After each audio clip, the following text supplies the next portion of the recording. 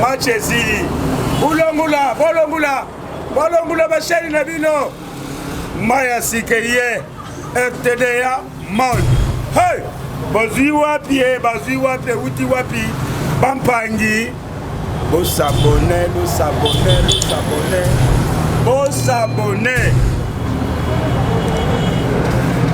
bokumona ba réalité ba news information théâtre ya bien information ya bien tout ya bien radio télévision Dieu et amour soki amour réalité moi bomona ngai pe na chez nous réalité mais vivant olanda biloko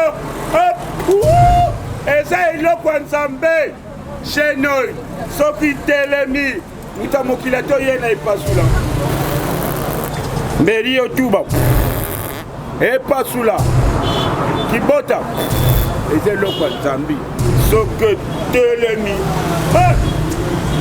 tika RTDA Monde TV. Abonnez-vous massivement. Nulle part ailleurs, vous avez une série Nyoso, et artistes comédiens, vous avez gaga, vous avez une mission. Il y a qui te connaît les gars, chaîne monte nulle part ailleurs. RTDA Monde, Kim Kaka. RTDA Monde, Bisengo na Bisengo. RTDA Monde, Yangonde et Fongoli dans le monde entier. RTDA Monde.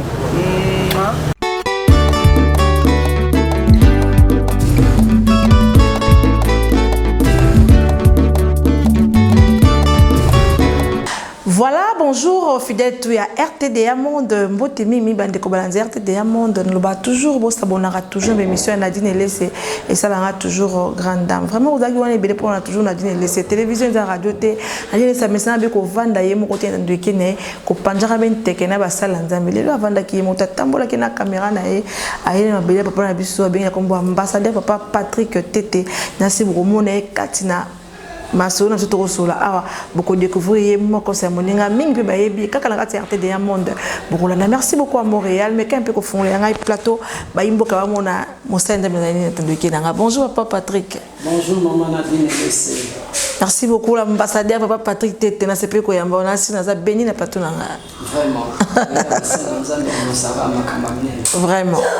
Merci beaucoup. Voilà, toko ta maman la CG na biso toko lobela na toko lobela mimi parcours papa Patrick hein lolenge ni nzamba ya yambaka yo lali olamuki bo moko mosala nzambe to sala ki no pe mo aloyenge ne baba ba jeune basalaka hein omelaki mo kopo zaki mo ba chéri hein okotaki mo nganda mo nini epinza ba ko lokota on esika wana to izala kande no botami ka chrétien sokoli to ndenge ni.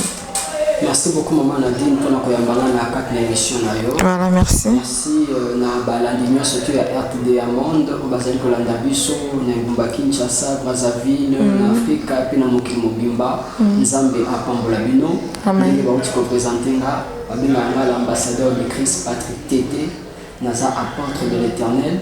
Nazali pasteur de l'église pentecôtiste Dieu est fidèle, où ils sont situés dans la commune de Kinshasa, extension de dans Ngirangiri, et dans le bande d'Amboka Petozali, ici qui au temps de Césarine aux États-Unis, nous avons représenté dans l'État armé, Portland, Maine, et l'église de Zokokisa, cette année, 25 ans d'existence par la grâce du Seigneur. Amen, amen. Voilà, merci beaucoup, papa.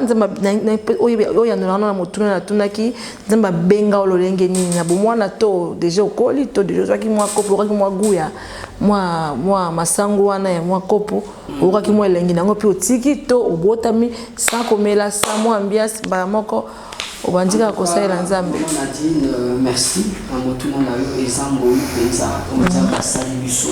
Amen. Vraiment biso te baki nzambe na âge ya 13 ans. Nzambe azwi biso penza na kati na ki mineur. Voilà. Pour ko saela nzambe. Bongo motema a na église évangélique les rachetés et Zaki na banali à 10 na commune à Kassavubu.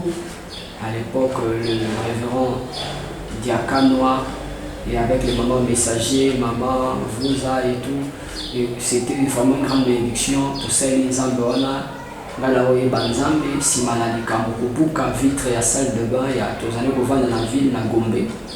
Et wana ikamwe komaki na tante nanga jeune tante nanga wana tout ça la tindi qui vitre ya salle de bukani en tout cas famille décidé il faut qu'à tout tindi kana kasavu buzo qui kana vacances famille beaucoup de l'économie alors bah petit dans la vacances na opala numéro 7 à l'époque 1995 na komi na kasavu zo kanisa kina kati na miango na nzambe apermetaki likambwana sali maputo na kutana yi kwa na kati na lisolo ya histoire lelo fallait ba Saoul a perdre Banès ya papa na ye era ke ko kuna ke kutana bokonzi amen Samuel 9:10 mais awa pelo ko la fallait vite la salle de buka la pa bati voilà vite bukani ba bi finalement moi mon voulait de ki akele kuna so kande nzambe na miyango na bongisa ki ke kuna okelo kutana ngai c'est koko na ngai à l'époque là la grand-mère Razalek a joué 4 lois spirituelles à des jeunes oncle na ngai avant ko tala na soirée à l'époque azoli mbola père ya misinga Yesu Masia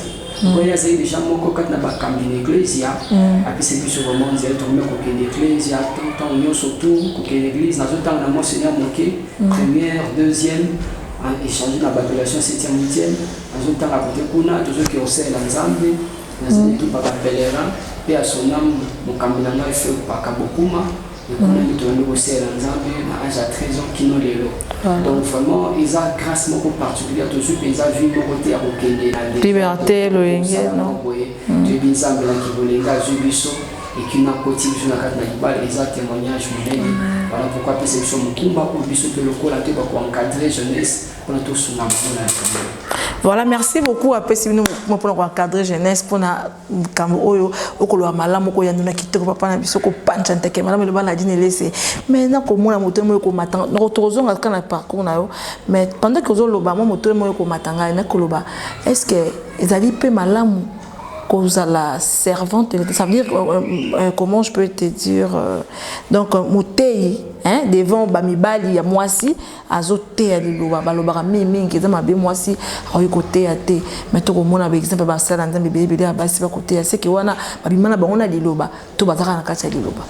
Ok, je pense que Batubeli interprétera à tort parce qu'on a Paul pour finalement balbarité que les femmes se taisent, bamsuba si balbaté. Et puis, besoin de sa vision dans Joël 2, verset 28, que au dernier jour, je répandrai mon esprit sur toute chair. Vos fils et vos filles prophétiseront. Vos jeunes gens auront de visions et vos veillards de songes. Nous avons la acception dans mon côté. Ceux qui nous ont dans la Bible, à l'époque, il y a Balaam et Balak. Ake kosel la punda pona kolobana bala mozo betanga pona nini ceux qui nzamba lobina nzala la punda akobe plus forte raison nzamba ko utiliser et que là moya kili pona ko ba kolobela bato donc molimo mo santo ya za na couleur te ala ta pantalon te to ala ta jupe te ala ta perruque te to aka ta coiffe te molimo mo santo il se sert de qui il veut après ko zo moto wa ko ba boa qui na société ko la jefté a commissaire moto avec aux arabes la prostituée ou à Kazaki moi si Antumba pour la commissaire canal ya bénédiction puis ancêtre de Jésus avec aux moto moki moni pamba donc la femme samaritaine au finalement babi moi si Antumba mais yéné babi venez voir un homme qui m'a dit tout ce que je fais. Moi, si Samaritaine est raillée, beaucoup cru au Seigneur à cause de ces déclarations formelles de cette femme. Il m'a dit tout ce que j'ai fait. Parce que moi, ça va. Et malgré le coup, la grand-mère a signé les 4 lois spirituelles. Ceux qui finalement a ça à côté. Mais peut-être plus du côté de la chair. Basibate magatea mulingami ezana bato ebele lelo o babongoli motema parce que moi c'est moi qui maki atia ki sambala amen yango na vraiment na ngete et ezala débattre et comment débattre surtout pour comprendre que Dieu quand il utilise une personne a tout na conseil à nos côtés tout na conseil à tata moi cité après qu'on utiliser moto ya lingi na tango ya lingi parce que molimo mo sente ça la sexté. Le Saint-Esprit n'a pas de sexe. Il peut prendre qui il veut, quand il veut. Alors, il est sensible, ce qu'on a disposé, Zamba conseil là, pétala na kat na ba fils de théolopathe na kat na Bible. Nekolo ba témoin ça ko hérité te na kat na Biblia. Mais ba na Moïse wana ba ye ko fuda likamwana Moïse habita la biso papa na biso ko biso to hérité non non nzamba na Moïse ces filles là ont raison pe ça bango héritage tout vraiment de ici na moi c'est moi aussi nzambe ministère de la femme ça souvent combattu continue conseil nzambe nzamba bengio aibi pour aller na bengayo pour la bengio mo rapesio message mo rapesio makasi ko surmonter des preuves nyonso ça la nzambe na kombo. Voilà, merci beaucoup Sala Mosala Nzambe na kombo na Yesu lenge moi sito maman moko landa biso yo déjà message outi pa nkolo na nzela mosali na ye donc ko lemba na oteke o ba sala Nzambe ya basi bazala raté non Sala Mosala Nzambe kaka ndenge Mosala Nzambe so papa Patrick wa tiko panza nteke malamu papa Patrick moi motuna mususu ko matangai to ko mona l'église et comme belé na mboka belé vraiment donc dans le sindeni pendant que l'église est au bota maratongo midi pourquoi degré ya kuluna ya passe ya souffrance ko kola to ko yebate ba mobondo pe ba bimi susu na soki na nini wa na soko oyo ki susu ba mobondo ba bimi to yebite to sokende wapi c'est que to sabela mabe to zonga biso to kangana biso na bitonga to zonga soka na catholique to salani to rêver ni te kotisi makambo pour ba lobi série ya ba catholique ezala ki bongo te komona ke ba makambo ezo ya moko sima moninga to ebite examiner ba signe ya fin du monde au pendant te ke papa maman Nadine ba bito tika ivre na blé ke botanzela moko ezala tant moko ça la sélection pour la ko ba kokata tika ko ya mabela ko ya malamu eko lanzela moko. Ils ont le ça la sélection. Pour le moment, l'église a une grande responsabilité. Pour ceux qui le l'ont abondité na kasi na libota. Dans une éducation na kasi na etelo. Nous avons besoin éducation na niveau l'église. L'église a une grande responsabilité. Mais seulement nous remarquons aujourd'hui de fois beaucoup d'églises sont démissionnaires. Ici quand on battait avec tout ça malam, tout ça pas ouais biso, toujours il a des fois toujours il a tout séparé sabbat, tout que séparé sabbat ndim. Voilà. La sanctification ils a les sous-soutés. Il y a au banc ils a les sous-soutés. Tout à plus l'église, tout plus la prospérité, tout côté plus bien que la prospérité n'est pas mauvais à côté en gros. Mais faut bon pour la montée. Voilà. C'est ça. C'est ça. Alors c'est le rôle des leaders parce que le salut, ils en ont surtout dans la carte prospérité, succès dans la carte. Ils doivent chercher premièrement le royaume. Amen. Et les restes vous seront donnés par-dessus. Donc c'est la responsabilité des leaders, des hommes de Dieu, les lots, la cousin du sabbato, la diable. Au fur et à mesure, ils ont besoin de comme belé, mais ils ont continué caca. Ils ont combattu caca. D'où continuer à comprendre qu'il faut tout dire bah on est na kata ma prison kuna ba na côté à ba toi na serré ba tout côté à ba samala na kanoni na bolo ko ba sauter avec comme awa pona ni parce que ça qui m'a betika à cause ce qui ba kambi ba soso musala oyo vraiment tozana pas cité pe tout le monde a que degré à makambo et ba okita ça nzam toté ya to memaye surtout beta film yeso amane côté ole ya ko ça la paix de fond o boya na $1000 boya na boy côté ya na liloba. Oui, c'est vrai, ce n'est pas mauvais en soi puisque l'évangile est gratuit mais l'évangélisation est aussi un bon quand bien même. Mais d'abord la base avant que ba na hôtel ça nous occuper sans bon ça bon mais talise ni boso que yesu masi azanani yamba iso kwa ngo bikisi tika zododo tika diamba tika kuna tika kichel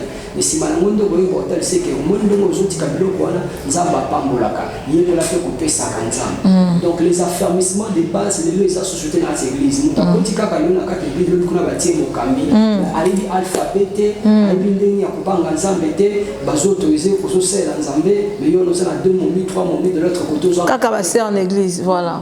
En tout cas, totalisa to sungama to zunisa batu na sanctification na kubulisa makola batata na biso basela ki nzambe o bazuko balelo ba modèle na biso.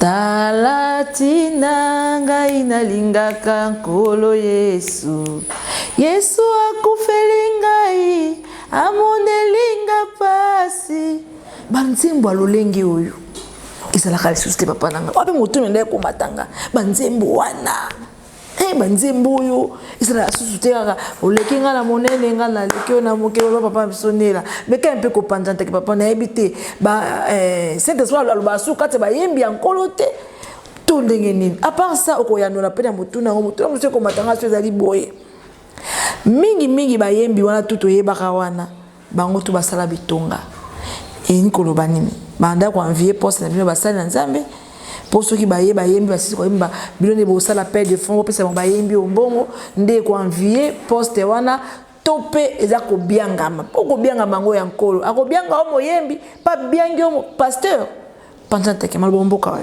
Merci beaucoup, Maman Nadine. Avant que je réponde à la question, on a demandé de l'Ikabona. On a développé l'Ikabona. Amen. Vraiment. Deuxième. Amen. Alors, couple boulot bas, tout sinon beau technique. Vraiment. Basaba tata nabiso, vraiment, maman nabiso. On a banzé motozoye kango Jérusalem bokasi katala. Voilà. Kango zole le zokumi sanza. Voilà. C'est vrai les dons la génération nouvelle ya bayembi de fois que komi na suka penza d'inspiration, tomi plus banzembo komi plus batibakumi koninga na kobina, mais so tali na carte des fois message exact. Alors tout ça la responsabilité de mener l'épée bato ascension faut pas ça la penza. Vous sentez que votre bazar a cours d'inspiration. Génération, à la calisa qui n'a souci à communiquer un message, mais génération, à micro, ils ont plus la souci que là, c'est loco, et t'es comme un bâtonnet impressionné par tout bâti à bâti, tout ça, là, je vois moi, alors, à l'époque, ils ont une société que concert chrétien, autant, mais Nicolo, finalement, je sais que, et on se la paix. Combien a ici, combien a ça. Ce qui fait que les évangiles, c'est ça. Alors, donc pour la enchaîner, ministre de Dieu. Voilà. Ceux qui appellent Nanzambe, écoute chapeau, bon, quand benga deux à la bengio, mon pas bengio. Nzambaza souverain de David c'était Azaki Moyembi Nankolo. David avait pour Yembi Nanzamba Zobeta Lindanda. Azobeta Lindanda pe kuna molimo mabezo kimaba tika Saul. Oui, mais na kati ya koyemba, mais na kati ya koteya te. Yemo kopé David azwaki sous onction royale ya koma mokonzi. Donc Dieu il fait grâce à qui il veut. A oui benga moto oza moyembi nankolo biso ba nous sommes passés par tous les départements de l'église là avant de comme ministre na Nzambe Jean Alexis biso na accueil torosal na koyemba toroyemba tozai na chorale na isaïe préparation qui note et si quand on pense à Baïbé qu'on prépare comme ministre na Nzambe mais ma bende zakanini bato su bazo koto bazo s'auto proclamer encore la carte na précipitation et peut la bon nazala na moyembi menga pe lobi na ko ça pétonga voilà nazala kaka pasteur et tout ça donc mais ceux qui appellent dans Nzambe tu encourager au combat mais ceux qui ezaka ka yomo ko zo linga ko paraître na miso bato bilembo na moto ko mona parce que on reconnaît un arbre par ses fruits. Zala à l'aise na poste na moko na moko azana mbianga manaye parce que le ministère c'est un service. Les services Mubimba. On a un ministre de Dieu, on a mais Nzamba, il est souverain, on a ministre de Dieu. Pourquoi la Philippe, parce qu'il est diacre, mais il est devenu évangéliste, ministre de Dieu. Donc Dieu est souverain, le bani est belé, même à un de Congo, la Bichot Bazungolou, quoi, papa, le loba, on est consacré derrière le ministre de Dieu. Gloire soit au Seigneur. Frère Mike Kalamba qui est aussi devenu pasteur, ou le chapeau, gloire au Seigneur. Alors, l'évangéliste Denis Monier, déjà, papa Denis Aza, déjà ministre de Dieu, gloire soit au Seigneur. Mais, Moulingami, tout le monde va me souper, Batikalika, Moïse Matuta. Atika ine bakoba buloba bazana baoka bongo. Matou Samuel, frère Matou Samuel. Azana Matou Samuel, tant mieux. Mais ceux qui remettent appel Nzambe doivent encourager Bino. Parce que Migi Peza bakomi kokota na radio invitation. Koza moyembi ekitisi te na koza. Bino to ça msala moko. C'est ça. Ministre de Dieu, c'est la ministre de Dieu. Soza moyembi okoma ministre de Dieu doit encourager. Keba na précipitation. Amen. Batubeli tant sur likaba okoma ministre de Dieu ezali mais angasa ona makasi na parce que Dieu fait chaque chose à son temps. Dans le ministère, il faut faire attention de faire les choses avant les temps. Si tu pars avant les temps de Dieu, tu vas manquer l'onction. Aux ânes de Pakolami, au comme on voit la guérison, aux yeux lèvres. Voilà. Si tu pars aussi après les temps, on a mis au père d'opportunité. Mais il faut être dans le temps de Dieu. David a eu ma faute à l'âge il y a 17 ans, mais comme un roi à l'âge à 30 ans. Joseph a qui prophétie à l'âge à 17 ans, mais comme un premier ministre à l'âge à 30 ans. Donc le temps de la préparation. Suivez-moi, je vous ferai pécheur d'homme. Donc ils ont toujours un temps de préparation, ils ont préparé tout ce qui est capable comme ministre de Dieu, gloire au Seigneur. Mais ceux qui peuvent mourir la mise en main, continuer place wana ozopamba biso na nzela banzembo na yo ozala béni mosala nzambe osalema esika osala oyo esika nzambe abengi yo te osuka na nzela ekoma lepre mpe ekoma elakeli mabe. Voilà, merci beaucoup bafidèle to RTDA montroko babe na émission na biso antero papa merci parce que toko yanola vraiment kitoko mingi na ina yebelingi moko kotala yo nanga lobi papa akoloba soki nzambe abengi yo te tika ni sikango so nzambe nga benga ka lolenge nini alinga yeba o meka mpe ko éclairci ba yimbo ko Rolanda yo appel ya nzambe ba keno nzambe benga o pene nzambe ngongo nzambe esengi no ko yoka ngolo lenge nini. Ok, appel est très important, ils ont même évangélié côté de Yamakam. Ils ont pas pu utiliser une vitesse sur la bien de mototé. Amen. Appel est très important. Appel d'abord une étape qui est à la conversion. Ils ont pas pu utiliser la motema. Yo moko yoka Nadine oui nganza na bengi osaelanga to ezala yo moko bina changer to na sala bo nazo koma mama Nadine voilà ya bongo motema et suki wana te nzamba bengi biso to salela ye alobina Exode chapitre 9 alobina na Moïse dit à Pharaon laisse partir mon peuple afin qu'il me serve volonté dans nzamba ezate que nous avons simple volonté dans nzamba ezate yo okota osalela ye to salela nzamba biso surtout ilongo yango bianga mana nzambe mais kasi nzamba benga ba surtout ndenge monter parce que ça multi système amen boni Samuel pour nzambe abenga ye azo benga ye Samuel mais azo kaka mbongo atata na Eli azo benga ye papa azo benga ngai abina benga na ngai te songa kolala azo kolala Samuel azo kaka mbongo Eli alors que Dieu avait déjà rejeté Eli mais pour na ayo kambo na nzambe fallait Eli afunga mbongo c'est ça va. Cette fois-ci, sur la bengio, le bas kolo moussa lui a zali koyoka. Donc appel l'ensemble et à Kandeng Belé, nous sommes écoutés à partir d'un accident, écoutés dans la commune hôpital, et nous avons nous hôtel c'est la benga kosé langa. Nous sommes à partir d'un toto azotalisa. Moi personnellement, je me rappelle à l'époque, on a vu l'église, on l'a racheté dans Bangali à 10. La qui intercession une fois, Naoki. Na commune intercession bazo comme intercession na kina zonima na kina zonima ezali so na lamuki na moni mutazo popolanga na tuna côté kuna moni kama kaminzilu la zo beta maboko zo comme intercession na zongi na continue ko sambela so na bandi ko sambela pongi makasa na zonima nkola mutapo na fula susumi sumbali bale kuna mo kaminzilu la zo bondela na suka na mo troisième fois na zo ka Esaïe 51:17 Esaïe 51:17 habitien na ibaki nazali jeune converti na bimi na zu bibi ananga na bani tanga réveille-toi toi qui dors réveille-toi d'entre les morts réveille-toi voilà les Esaïe 51 c'est le bibongo justement on est là donc zamba bine ko bien nga zo pesa ngasko responsabilité biyo fo la olamuka amen amen Dieu nous parle tantôt d'une manière, tantôt d'une autre. Voilà. Appel, voilà, depuis l'âge, il y a 13 ans, je suis devenu, je commençais à exercer le ministère à l'âge de 22 ans. Donc finalement, Dieu a eu le temps de nous préparer maintenant, afin que tu nous tombes dans la côte, dans la carte, dans le Zambé, mais balini des préparations. Voilà. Dieu doit te préparer auprès d'un homme de Dieu qui va confirmer ces ministères-là. D'où là, à côté, on peut nous permettre de faire des solo, au conseil de l'ensemble, dans la l'église, vous avez certainement l'appel, au bon de thème, vous avez l'église, mais fanda na makolo ya musai na nzambe moko solo pa wa ko orienter wa ko préparer yo afin que lobi yenda ko fungula porte yo peut au côté na ministère na yo moko. Donc pour servir Dieu, on commence d'abord à être serviteur de quelqu'un. Josué était serviteur de Moïse. Élisée était serviteur d'Élie. Ruth était servante de Naomi. Qui sers-tu? Voilà. Soumis à un homme de Dieu que Dieu a élevé. Amen. Alors, il y a la porte pour te lobby voilà un peu. Voilà, merci beaucoup. Abi soit soumis à nous, ça, on a déjà élevé pour préparer pour qu'on ait le ton. Après, c'est 5, 6, 7, 8 versets. On a constat les tons. Non, c'est pas bien. Localité, on dit pas mon salaire, on a vu ça. Papa, monsieur, bien, na Komboya. Papa Patrick, accompagné de Tekemalan. Papa Patrick, n'a pas moi, mon mususu. Pour le but que non, faut aux alancer à ma papa, ou à Biangama, ou à élevé tout et tout.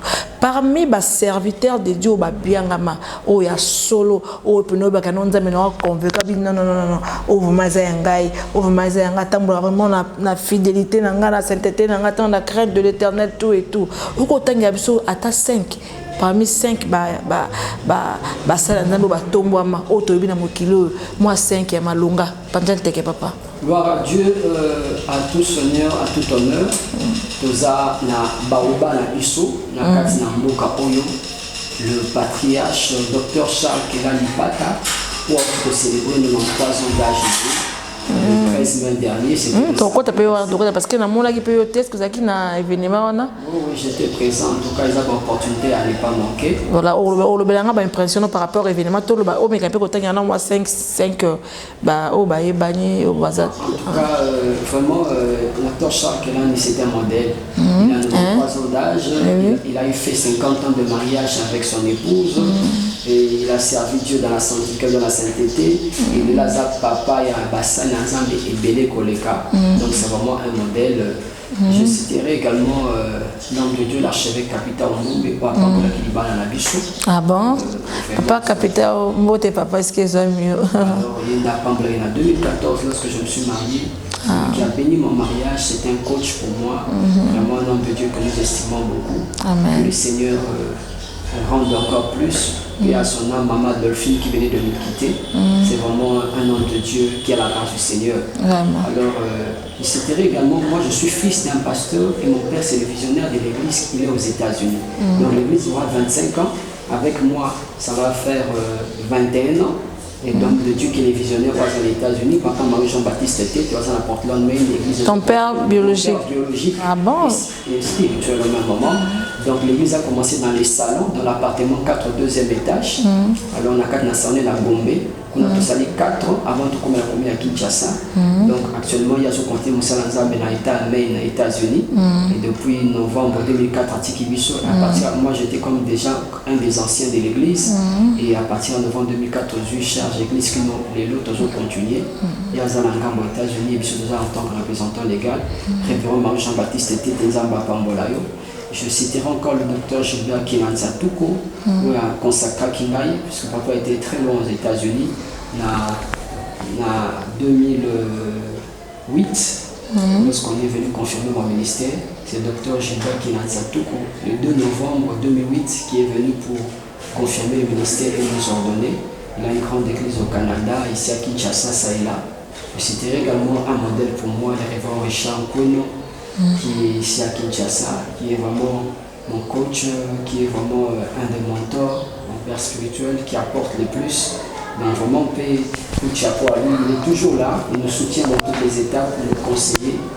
Et je n'oublierai pas tous nos pères, l'influence arabiso, l'église de réveil, vraiment, papa, Général Souni Kafuta, Mukuna, et Denis tous ces hommes de Dieu pour m'apporter un de plus.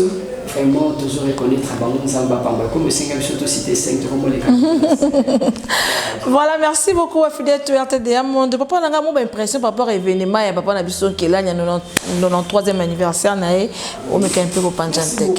Voilà. Maman Nadine, c'est au Rozonga, le secret de la longévité dans le ministère. Voilà. Une fois que le papa de Denarobé, dans le Pézam, livre pour le secret à longévité dans le ministère et dans la santé physique. Voilà. Donc Dieu a totalisé 93 ans d'âge et il est une bénédiction pour nous. Et de Nimisami était Azanelo comme on va partager. Dans le livre na Nimisami était tout pour compte de la part de l'Obéla. Je suis venu de découvrir ce que quand on dit secret, c'est quelque chose qui est caché. Et c'est là qu'il faut le découvrir. Amen. En lisant ces livres, tu découvres ça, ma bombe mi belé où il sait que le papa qui est la coxine dans 3 ans. Voilà. Alors, à l'obéli biso di kambo ya piété pour banga nzambe na kat na livre là yi. Donc ils sont très importants. Honore ton père et ta mère, c'est le premier commandement afin que tu sois heureux et tu vives longtemps sur la terre. Voilà. C'est ça. Alors, il y a une précipitation dans les ministères. Parce que les dans le ministère sans pour autant préparer Bango à pasteur. Je pense qu'on a mission de la Péja Makamboyo. Alors, un ministère béni passe par un mariage béni. Je pense que finalement, l'équilibre est très important pour le ministère. Mais il faut que les malades. Donc, toutes ces choses-là, du côté à santé, en 2018, il y a santé, plus Attends qui moi 2 3 mois moko mibale ya bile yango te rubo bakaka moi moke bayimboka ba Hollanda. Tu ko tanga mwani fa on a mika ko parcourir rango en béni que il faut qu'on met la katina avocat. Avocat c'est très important. Voilà. Avocat et sunga kami koleka. Vous met la tina bina ya bimakate ce qui a mis petit déjeuner na été. Voilà. Bien soit kata ko met la ti bien au déjeuner malam. Des fois tu négliger na tongo bimi na tongo est-ce que met la tina tongo le. Na ki pa ngo tande ara baigner la secret. Baigner la secret. Toi mais secret on a secret les agi. Si on a besoin les ana ba éléments monsieur za na kati. Il y a conseil monsieur faut mais la kati malam. Si moko aux avocat na avocat zo moi 1000 kilo. Na 1000 na kati et zo reconstituer au santé. Voilà. On ne jamais sans pourtant on met la petit déjeuner parce que zo peut sur ba calories la journée. Donc à fond ma bomba me belé pas le biso na santé physique ba beli kamba ko seka. Il faut être souriant. Il m'a dit pas banda qui calme passer à zone keba yo ba bina bino telema modérité na batoté aller déjà la kanda papa PC déjà au retier à ce moment vraiment finalement ma attitude mon c'est ça la au ganga mutaganga yo ba million sur place crise cardiaque mutakufi kwa ya bana ko ganga kanye maki sunga mamba ganga on ba sunga nga penza vraiment nzamba sunga biso biso photo za à maison faut que ba ko za ba ça à maison et aux hôtels oui ba non partager ko c'est kaka oyo et c'est très important.